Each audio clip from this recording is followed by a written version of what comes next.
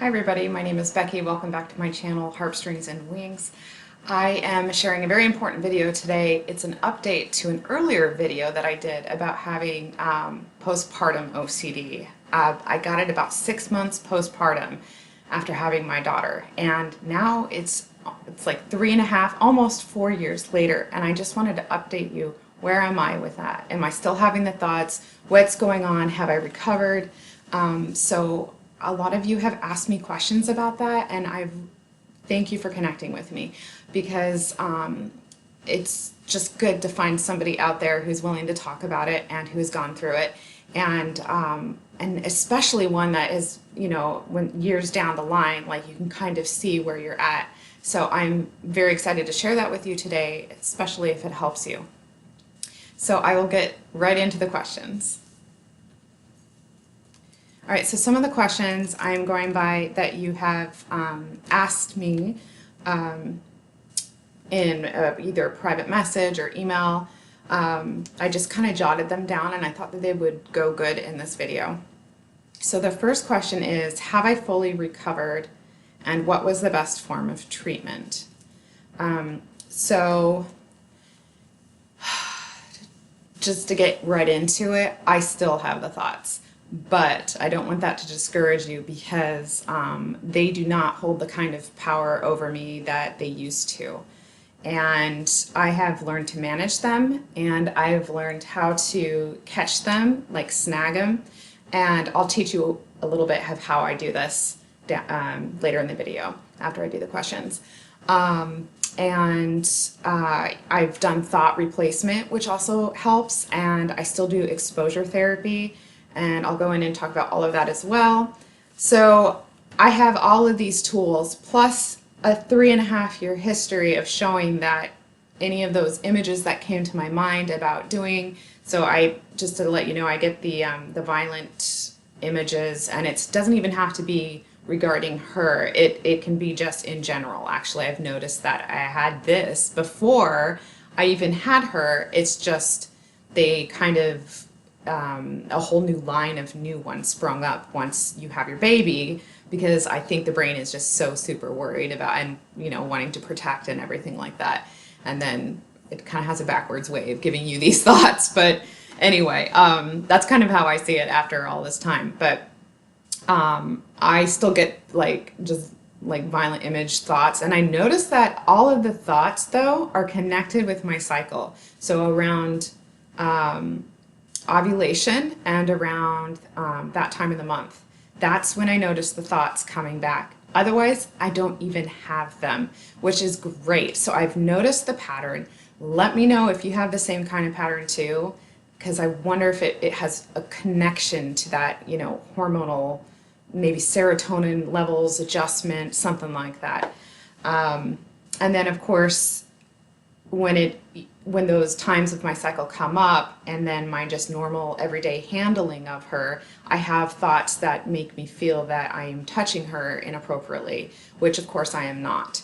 So, and that comes from my history of child sexual abuse. So, and I just now look at those thoughts like, oh, my brain is concerned about me hurting her, even though I know that I wouldn't, but that's how concerned my brain is about her, and so I just take it as that. And it's, even though it's like I'm the one that's holding her or bathing her or touching her or appropriately, or you know what I mean, just like being a parent to her, and it's like I still get those little trigger thoughts that are like, don't touch her like that, that's inappropriate, or you know what I mean? Just those triggers to my own connection to childhood abuse. So, all right. What was the best form of treatment? I would have to say therapy. So listening to this video, I forgot to do the little disclaimer also. Please talk to your therapist about this, and please go to a therapist about this. I cannot stress enough how important it was for me to get professional therapy for this. And I went for 2 years after I had her, and it was so good. I was able to process so much, and just the general stressful nature of being a first-time mom and dealing with a newborn and a constantly growing, teething child and tantrums and all of that. So, I mean, and then family dynamics on top of that. I was able to address all of that with her, including the postpartum OCD and the thoughts and the triggers and everything.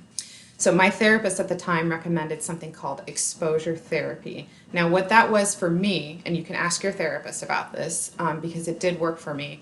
She did not want, when I first started having the thoughts, especially the sexual nature of thoughts, intrusive thoughts, I wanted to stop changing her diaper. I wanted to stop giving her a bath. I didn't want to hold her as much. And she's like, no, you will do all of those things. And you will expose yourself to doing those things even while having the thoughts, because what it does is it proves to your brain and it shows you that the thoughts that are coming through, or the urges, or just maybe even it feels like a tiny impulse and you're like, ew, why? But all of that is, you know, proven by your behavior when you use exposure therapy, because after the millions of diapers I've changed with her, the millions of baths I've given her, everything has been fine. Everything has been fine. There's maybe a couple times, I would say like 1 or 2, maybe 3 times, where they were just so strong that I was like, I had to go to my husband and I would say, I just can't continue to bath time with her, or I need a break or something like that. But I really pushed myself to make sure that I was doing all of the same parent caretaking things that I would normally do without having the thoughts. And that's so important because it builds a foundation for you to trust yourself. And that is everything when these thoughts are going through your brain and you're not understanding why you're having them and you're feeling isolated and you're thinking horrible about yourself, and you know, it just goes and goes on and on thinking about that. But then once you have the history behind you, wow, this month, this week, I had those thoughts, but I didn't do any of those things that were running through my mind, those horrific things, you know? So I know I have control over this. I've got this, you know? So definitely do the therapy and ask about exposure therapy. I also, of course, did medication to help. I'm trying to think, I went through so I have some antidepressant videos too on my channel if you want to check them out. I went through a whole period of like a 1 or 2 years of trying to figure out what worked best. I think it was on like citalopram, and I even tried Effexor. Both those were not good for me. Prozac actually worked really well for me, and it still does, and I am still on it. I would like to one day be able to get off of it again. I will do another video because I did try SAMe, which is a natural supplement, and I think there's been studies done in Europe with pregnant women. It's like safe for women in Europe. Well, it says in Europe, but probably hasn't been approved for USA, about using SAMe as an antidepressant. But when I tried it out myself and weaned myself from the Prozac at the time, I found myself to be so incredibly irritable, horribly irritable, that even though the depression it worked for the depression, that was awesome, but I was losing my temper with my daughter and I did not feel comfortable doing that. I was like a different person. So I thought, you know, and it was during the terrible two, so that was probably a bad time to try it. So I may try it again down the line and see, you know, how that goes. And maybe the irritableness was just a withdrawal from the Prozac, because I've had family members that have also been on Prozac, and they told me that, you know, they suffered awful irritable, behaviors after being off of it. So I just kind of want to see about that. But yeah, so the Prozac is helping. So, but again, I had to go through that whole guinea pig phase of like trying out meds and seeing which one works. Also, back to the therapy, I highly recommend you take your husband into one or two, or your partner, I shouldn't just assume it's your husband, but you know what I'm saying, into therapy with you. Not every session, so they're not freaked out, you know, but maybe like the first 2 sessions, because it's very important for them to know that this is a thing and the psychologists and therapists will help explain it to your husband, probably give some statistics, give some pointers for when you are having the thoughts, how they can come in and jump in and help. It's validating, so they don't think that and it's validating for you, so that you don't feel like this is all in your head and you have to deal with it yourself.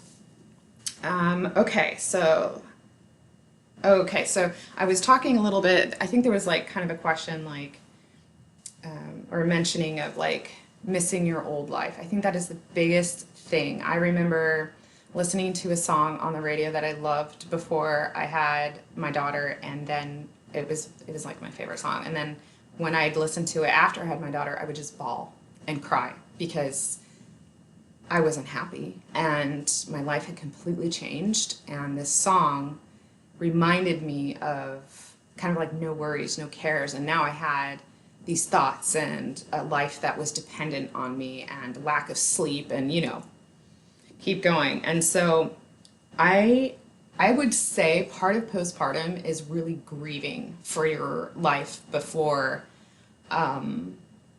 having kids or having the next kid. Because you establish a normalcy, a routine, and then something comes in, a baby comes in and totally throws all of that out of whack, and you miss that. And it's so normal and natural, so it's normal to grieve for your old self. But I will say, now that I am 3, almost 4 years down the line, I don't think I could ever think about going to my old life. I have learned so much being a mom. I am like tough as nails. I am just a wiser person. I'm strong. Seeing myself get through this, I'm just like, wow. I wouldn't have had all that if it wasn't for her, and if it wasn't for being able to know how to manage these thoughts as well and be in control. So yeah. The next question, has it affected the bond between me and my daughter? Now, that is such a good question, because I was so afraid that first year that this was permanently going to affect my bond with her for the rest of our lives, kind of thing. That was something that devastated me the most. I wish me right now could go back and tell my past self, don't worry about it.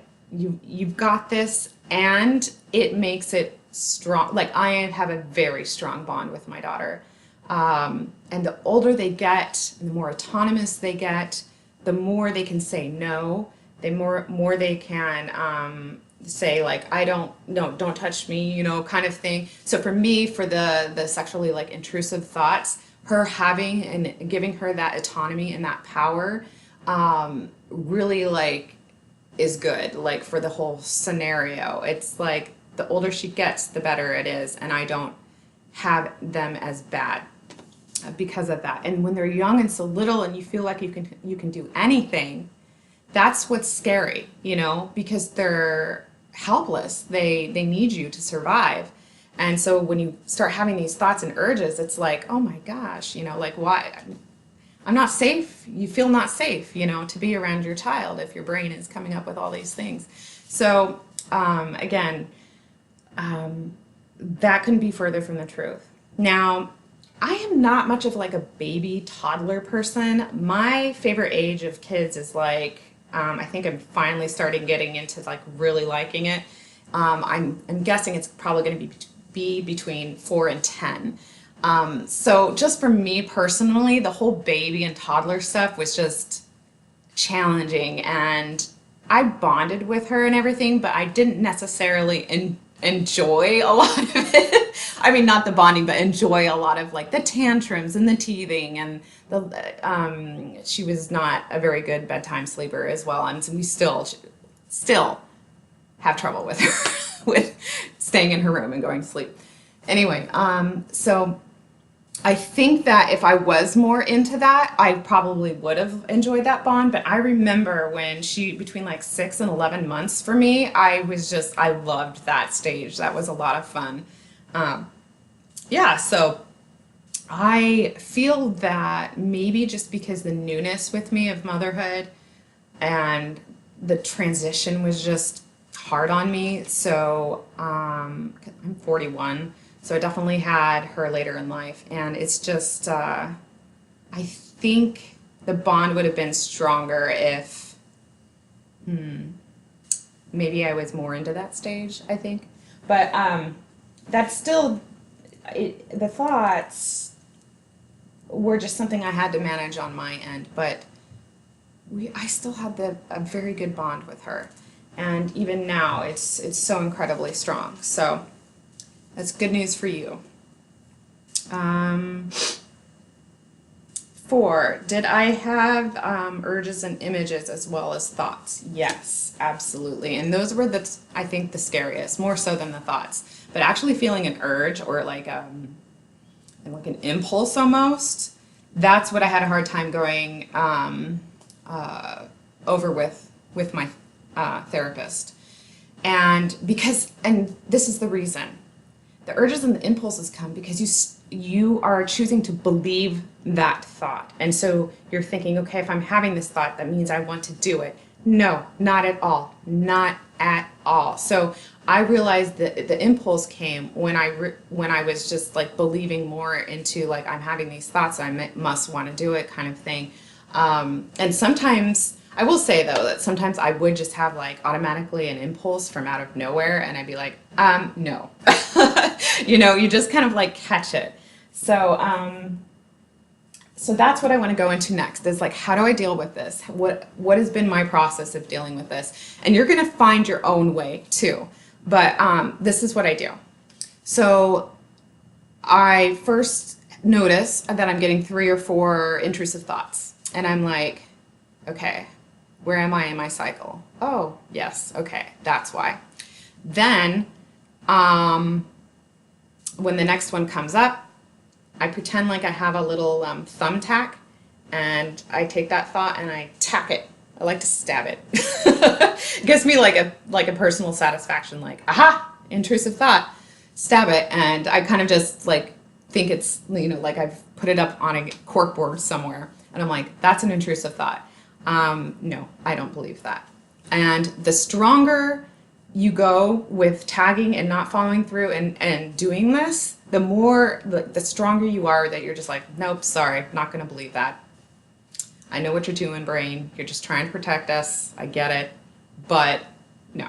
So you do that with your impulse or your thought. And once you do that, if it's especially bad and especially like really like violent, or just there's a strong image, like what I try to do then is after I tag it, I think of something recent that I did with her that was positive, and I change kind of like that ending completely. Like it doesn't even have to be connected to the same kind of, I just be like, nope, this is the kind of mother I am. I went up and stayed with her at 1 a.m. last night and rocked her to sleep until she fell blissfully asleep back into her bed. And I went back to bed. You know what I mean? And I got up the next morning and I managed a whole nother day with her. So that is what you need to like replace it with. And that's called thought replacement. I also use this because I realized that I don't just have intrusive thoughts about her, I just have intrusive thoughts in general. So I would get these thoughts where I'd just be lying down and I'd be like afraid somebody was just gonna come up and like attack me. Just, I'm laying down to sleep. Like, I don't know why I got those thoughts. So sometimes I will get that and it's really annoying. And then I realize they're related because they're the same kind of like intrusive thing that really pops up right when you're trying to like go to sleep or have quiet time or anything like that. That's when they like to really strike, and it's annoying. So I definitely used it for that as well, and it's greatly helped. So yeah, 3.5, 4 years later, here I am, and I feel good. Like I feel good. Like I don't need therapy for it because I'm managing really well. If there is any time where I am experiencing a difficult time in my life, maybe where I feel like I need to go back and do it, I will, of course. But I feel really good. Like I was handed the tools, and then just the history of showing myself that this isn't true because I have been a great mom. So that's what you're going to have going for you. And that's what you have to look forward to as well for those young new mothers that are going through this and you're like, what the heck? How do I even know if, this happens? And not to be discouraged, like if being like, oh great, she still has the thoughts after 3 years. I honestly think the more hands-off that I will be with her in her caretaking, the less the thoughts will be there. For me, because that's what is my trigger thing. If I have to help her get dressed or, help her on the toilet or anything like that, that's where the thoughts try to like creep in for me. But I think the more autonomous she gets, and she's potty trained now and only needs like minimal help, the easier it's been, and it's great. So just know, like, the older they get, I think the easier it'll get for you as well. And so yeah, look at those resources. Look for videos on YouTube of people like me who have gone through it and can share their experience. Look for those online as well, because a lot of people share their online experience with dealing with intrusive thoughts. Also, I don't want to be like, oh, I'm promoting medicine or whatever, but it does help. And talk to your therapist about it. And maybe you only have to be on it for a short term. And then, again, therapy. Definitely look into that. And keep a journal and change your self-talk. Like, change the way that you're thinking about yourself for having these thoughts. I can't stress enough how important it is to, when you observe the thought, to not attach any kind of personal judgment on it. So when you have that thought, just don't think, oh my gosh, what kind of mom am I for having this thought? Don't do that. Don't do that at all. Remain like neutral and just observe it and be like, oh, there you are. There you are. Yep, having one of those again. Okay. Don't see it as some kind of mental health failure or anything that. If anything, you should be seeing it as like a protective measure that your brain is going almost over, reactive to, because you love your baby so much and because you want to keep her safe or him safe. So just kind of reverse that if you can, and just remain neutral to that, to the thought that comes up, and deal with them as they come up. Don't try to block or repress or push them down or deny or anything like that.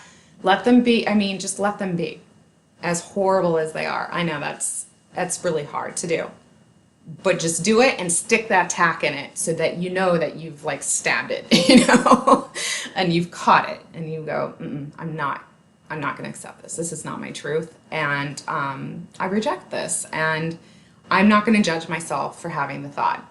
That's all it is. It's like an annoying fly. You know what I mean? That's how you need to treat it. So I hope this video helped you, and just know that I know you're an amazing mom and you're getting through this, and you can do it, and the future is going to look brighter and stronger.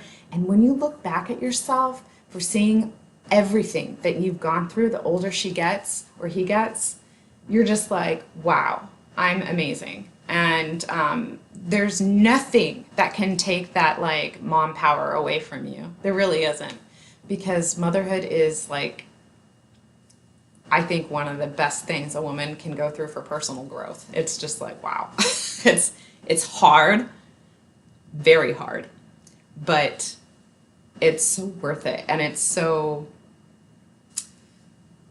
just strengthens you, like, internally in ways that you could never think of. So anyway, I'm getting emotional now. I'll stop now, and let me know if you like this video. Give it a thumbs up. And if you'd like maybe a future video checking in on like how it's going down the line, of course I would be more than happy to help you.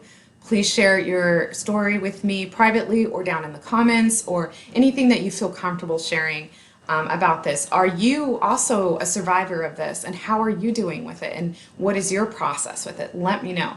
Okay, talk to you later. Bye.